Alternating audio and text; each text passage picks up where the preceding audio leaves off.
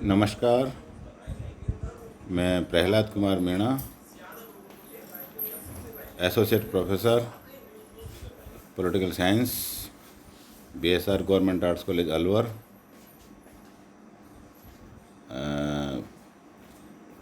इस ई क्लास में आप सभी का स्वागत। पिछली ई क्लास में हमने प्लेटो के साम्यवाद के बारे में समझा कि प्लेटो का साम्यवाद क्या है और उसने इसकी व्यवस्था क्यों की। प्लेटो साम्यवाद की और शिक्षा की योजना केवल आदर्श राजा की प्राप्ति या दार्शनिक राजा की प्राप्ति और न्याय की प्राप्ति के लिए उसने साम्यवाद की व्यवस्था की, और दो प्रकार के साम्यवाद की व्यवस्था वो अपनी पुस्तक रिपब्लिक में बताता है। कुछ हद तक ऐसी साम्यवादी व्यवस्थाएं यूनान के नगर राज्यों में प्लेटो की रिपब्लिक के द्वारा बताई गई हैं। जैसे क्रीट में भूमि पर सामूहिक अधिकार की बात करता है या सामूहिक संपत्ति समझी जाती थी, और कुछ नगर राज्यों में स्त्रियों को श्रेष्ठ संतान की प्राप्ति के लिए अपनी पत्नी को दूसरे पुरुषों को दे दिया जाता था। लेकिन चूंकि ऐसी व्यवस्था अब तक इस विश्व में कहीं भी स्थापित नहीं हो पाई है, इसलिए इस साम्यवाद की काफ़ी आलोचना भी की गई, और प्रमुख आलोचकों में इनके प्रमुख शिष्य अरस्तु द्वारा ही की गई हैं इसकी आलोचनाएं। और भी दार्शनिकों ने इनके साम्यवाद की आलोचना की, लेकिन उनमें इनका प्रिय शिष्य अरस्तु, जो इनके अकादमी का शिष्य भी था, उसने बढ़ चढ़कर इनके साम्यवादी व्यवस्था की आलोचना की है। आज हम प्लेटो के परिवार संबंधी साम्यवाद की आलोचना के बारे में अरस्तु के द्वारा बताए गए जो थ्योरीज हैं या बिंदु हैं उनके बारे में हम चर्चा करेंगे।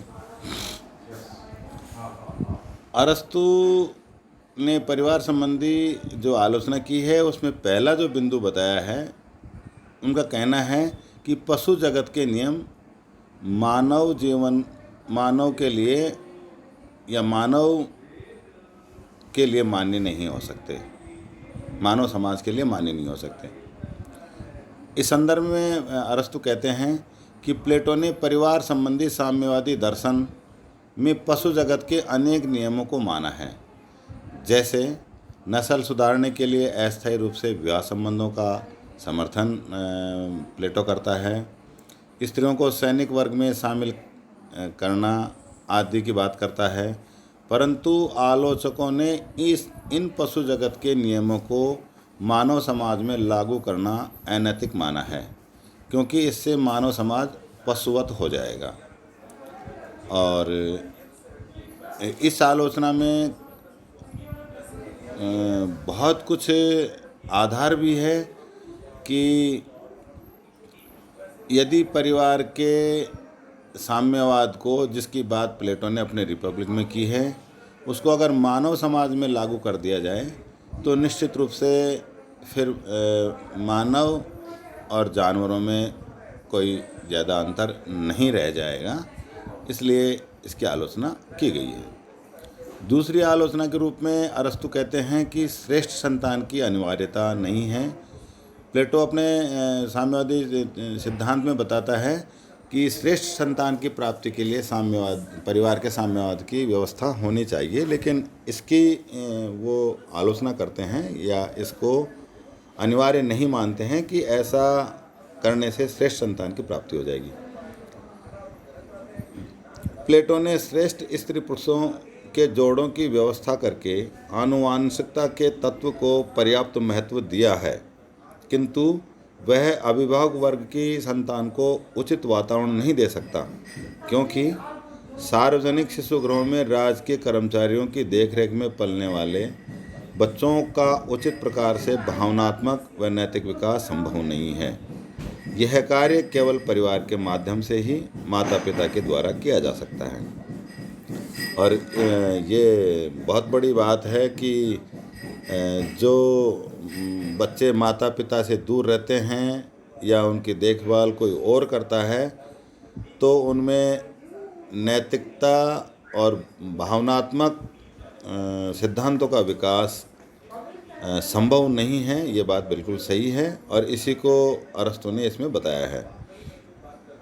अरस्तू ने प्लेटो के परिवार संबंधी साम्यवाद में पैदा हुए और बड़े हुए बच्चों की दुर्दशा को ध्यान में रखते हुए कहा है कि प्लेटोवादी पुत्र होने से चचेरा भाई होना अच्छा है, क्योंकि वो मानते हैं कि अगर श्रेष्ठ संतान की प्राप्ति के रूप में यदि कोई बच्चा पैदा हुआ है तो उसकी देखरेख न उसके माता पिता करेंगे न वो परिवारजनों के साथ रहेगा। तो अरस्तु कहता है कि पुत्र होने के बजाय तो उसका चचेरा भाई होना ज़्यादा अच्छा है। जो तीसरी आलोचना परिवार के साम्यवाद के रूप में अरस्तु ने की है उसमें यह बताया कि योजना के असफल होने की प्रबल संभावना है। प्लेटो ने अपने साम्यवाद में जो परिवार रूपी साम्यवाद की व्यवस्था की बात की है उसके बारे में उन्होंने कहना है कि यह योजना बिल्कुल असफल होने होगी, ऐसी संभावना ज़्यादा है। प्लेटो की साम्यवाद संबंधी योजना इस विश्वास पर आधारित है कि माता पिता अपने संतान को नहीं पहचान सकेंगे और इस कारण पक्षपात का जन्म नहीं होगा, किंतु मानव स्वभाव का ही ऐसा है कि माता पिता चेहरे की आकृति तथा मनोदशा तथा अन्य तरीकों से इनकी पहचान कर सकते हैं। अतः पहचान होने पर उसकी साम्यवादी योजना ही समाप्त हो जाएगी। मतलब योजना क्या थी प्लेटो के साम्यवाद की, परिवार के साम्यवाद की योजना ये थी कि आदर्श राजा तब ही रह पाएगा तब वो परिवार से या अपने संतान से दूर रहेगा, तो वो कामनी और कंचन से दूर रह पाएगा और उसमें लोभ का, लालच और स्वार्थ की भावना उत्पन्न नहीं होंगी। और वो ये जब चीज़ें नहीं आएंगी तो आदर्श राजा या दार्शनिक राजा आदर्श राज्य में न्याय की स्थापना कर पाएंगे। ये उसकी योजना थी। लेकिन इस योजना के असफल होने की उन्होंने संभावना बताई और उसका कारण ये बताया कि मानव अपने संतान को चेहरे से, अपनी मनोदशा से और कई अन्य तरीकों से पहचान सकता है कि ये मेरा पुत्र है या मेरी संतान है। चौथी आलोचना के रूप में अरस्तु कहते हैं कि परिवार का अंत अनुचित है। ये भी इस आलोचना में भी बहुत बड़ा पक्ष है या इसका आधार है, क्योंकि परिवार से कुटुंब और कुटुंब से समाज और समाज से राज्य का निर्माण हुआ है। और जो परिवार के साम्यवाद की बात प्लेटो ने अपनी रिपब्लिक में की है, अगर परिवार का अंत हो जाएगा तो ये माना जा सकता है कि वो मनुष्य वापस आदिम युग की तरफ चला जाएगा और राज्य रूपी संस्था की स्थापना नहीं कर पाएगा। इसमें अरस्तु के अनुसार प्लेटो परिवार के महत्व को समझने में ही असमर्थ रहा है। परिवार रूपी संस्था का अंत करना अहितकारी होगा, क्योंकि ये मानव स्वभाव पर आधारित संस्था है तथा यह नागरिकता की प्रथम पाठशाला है। राज्य के नाम पर या शासक वर्ग के नाम पर समाज या परिवार का अंत उचित नहीं है, क्योंकि आदिम समाजों के विकास के परिणाम में इस ऐतिहासिक संस्था की स्थापना हुई है। उसे समाप्त करना वापस आदिम युग या असभ्यता के युग में जाने जैसा होगा।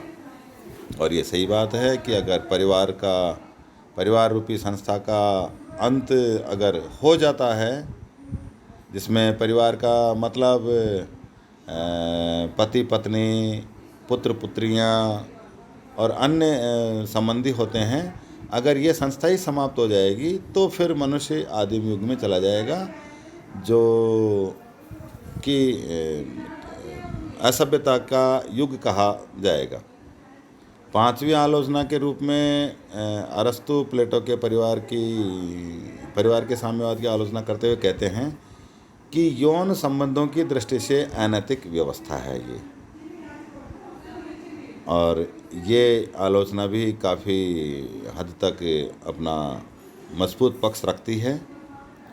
प्लेटो के परिवार के साम्यवाद की व्यवस्था केवल अस्थायी विवाह संबंधों को स्वीकार करती है और इसे भी एकमात्र यौन संबंध स्थापित करने का रूप देती है, किंतु वास्तव में विवाह न केवल यौन संबंध होता है बल्कि यह स्त्री पुरुषों के बीच नैतिक, मानसिक व आध्यात्मिक संबंध भी होता है। ये बिल्कुल सही बात है कि केवल यौन संबंधों की संतुष्टि के लिए ही ये विवाह संबंध नहीं होते हैं। इनमें नैतिक, मानसिक और आध्यात्मिक और मानवीय सद्भावनाएं भी इसमें जुड़ी हुई होती हैं, और इस आलोचना में भी बहुत बड़ा पक्ष है। छठी आलोचना के रूप में अरस्तु कहते हैं कि यह परिवार के साम्यवाद की व्यवस्था स्वयं के न्याय सिद्धांत के विरुद्ध है। वो किस तरह से है, इसके बारे में कहते हैं कि प्लेटो ने अपने न्याय सिद्धांत में कहा है कि प्रत्येक व्यक्ति द्वारा अपने स्वाभाविक गुणों के आधार पर कार्य करना ही न्याय है। मतलब एक रूप में प्लेटो कहते हैं कि सद्गुण ही न्याय है और न्याय ही सद्गुण है, और न्याय को इस रूप में उन्होंने व्याख्या की है कि जो व्यक्ति जिस कर्म को बहुत अच्छे से कर सकता है या जिसमें जिन गुणों की अधिकता है वो अपना कार्य करे और किसी दूसरे कार्य में कोई हस्तक्षेप नहीं करे, वो ही न्याय है। लेकिन ये उसके परिवार के साम्यवाद की व्यवस्था उनके न्याय के सिद्धांत के विरुद्ध ही है।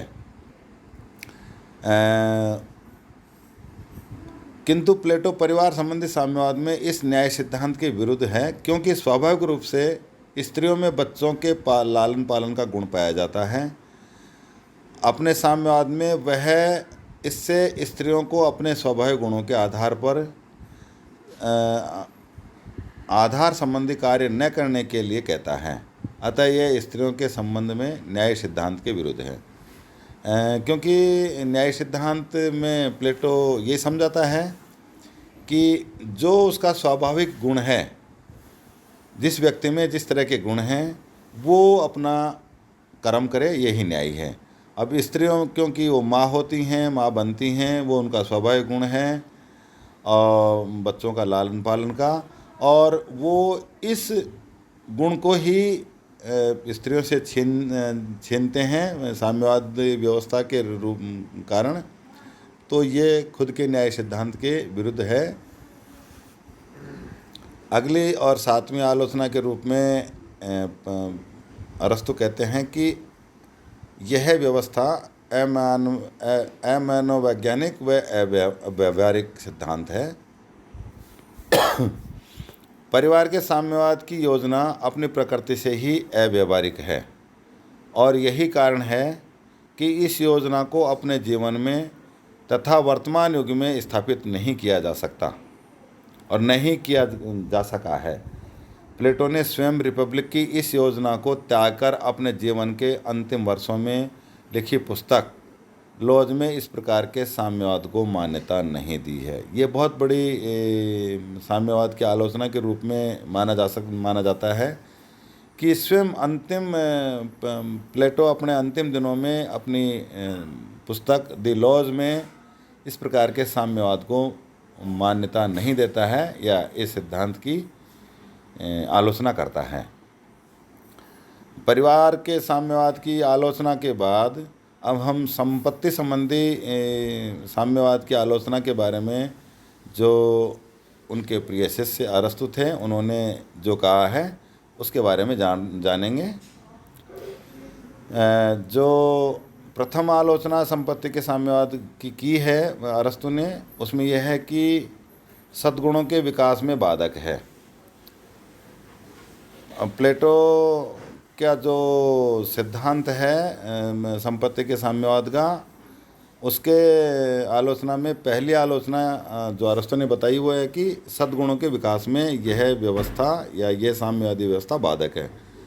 अरस्तु ने बताया कि निजी संपत्ति की व्यवस्था अनेक सद्गुणों के विकास में सहायक होती है, जैसे दान देना या किसी की मदद करना, दया भाव, आतिथ्य सत्कार तथा परोपकारी कार्यों में निजी संपत्ति के अभाव में ये कार्य नहीं किए जा सकते।